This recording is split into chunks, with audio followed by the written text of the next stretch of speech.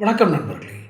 சசிகலா அம்மையார் தாவேகாவுடன் நடிகர் விஜயோட ஒரு கூட்டணி அமைச்சு எப்படி இந்த தேர்தலில் நம்ம போட்டிகிட்டே ஆகணும் அப்படின்னு முடிவெடுத்துட்டாங்க செய்திகள் வந்துட்டு இருந்தது.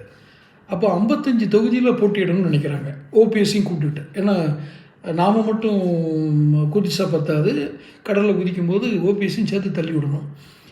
அப்படி என்னமா இல்லை என்னன்னு தெரியாது. இந்த முடிவு எடுத்தோடனே தாவேகா சைடில் என்ன யோசிக்கிறாங்கன்னா, காசு செலவு பண்ணுறதுக்கு தியாக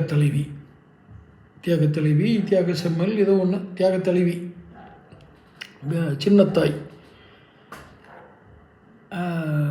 பார்ட்னருக்கு காங்கிரஸ் ஒரு பெரிய நூற்றாண்டு கட்சி, அப்புறம் என்ன அடி மேலத்தை அப்படிங்கிற மாதிரி அவங்க மேலே வாச ஆரம்பிக்கிறாங்க. அதனால தான் இந்த சேலம் கூட்டத்தில் சும்மா ஸ்டாலின் சாருக்கு வெடிகுண்டு போட்ட மாதிரி இருக்குல்ல அப்படிங்கிறாரு. என்னத்தை வெடிகுண்டு போட்டிங்க நீங்கள்?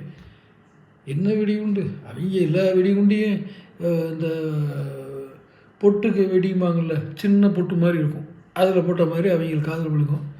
அவங்க டமாரத்தெல்லாம் கேட்டவங்க, இதில் போய் வெடிகுண்டு போட்டேன், அதை கேட்டேன், இதை கேட்டேன், காதுக்குள்ளே டமாரம் வச்சாலும் போயிட்டே இருப்பாங்க.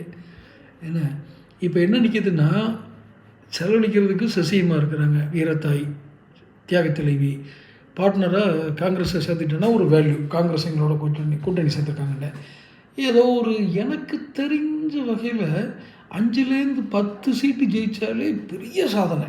யாருக்கு? விஜய்க்கு. அவங்க சொல்லுவாங்க 40% இருக்குது, 60% இருக்குது, 100% எங்களுக்கு தான். அப்படி தான் அவர் சொன்னார். ஒவ்வொரு வீட்லேயும் விஜய் தான் இருக்கார் அப்படின்னு. என்ன சொல்லணும்னு தெரியல, சரி விட்டுருங்க. ஆனால் நான் 5 தொகுதி, 3லேருந்து 5 தொகுதி ஜெயிச்சாலே பெரிய சாதனை. 232 ஜெயிச்ச மாதிரி தான். அப்படி தான் அந்த கணக்கு இருக்குது.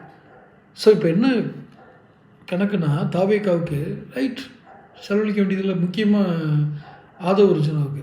அவர் எப்போதுமே ரவுடி தானே, மேலே கையை வீங்கி தலையில் கையை வீங்கி உருட்டு கட்டி எடுத்துகிட்டு வரேன் இப்படி ஒன்று பேசுகிறவர் தானே. அவருக்கு ரொம்ப இது, ஏன்னா அவர் செலவு பண்ணணும். அதனால் ஐயா இந்த செலவு பண்ண ஆள் வந்துருச்சு, ஜாயின் பண்ணுங்க. அவர் இந்த தேர்தலில் நஷ்டம் அடைஞ்சாலோ அல்லது தோத்துட்டாலோ அவர் வெளிநாடு போயிடுவார். யார்? விஜய். இதை நான் சொல்லலை, அவர் கூட இவ்வளோ நாள் இருந்தவங்களே சொல்கிறாங்க. அவர் 10 பைசா ஒருத்தர் கொடுக்க போகிறதில்ல, தோற்ற உடனே மூட்டையை கட்டிட்டு அவர் வாட்டி வெளிநாடு போயிடுவார், பார்த்துக்கிட்டுங்கன்னு. ஸோ இந்த கூட்டணி ஜெயிக்குமா இல்லையா அப்படிங்கிறதுக்கு சசி, விஜய், காங்கிரஸ் இப்போதைக்கு தயாராக இருக்குது. தொடர்ந்து பேசுவோம். சேனல் சப்ஸ்கிரைப் பண்ணி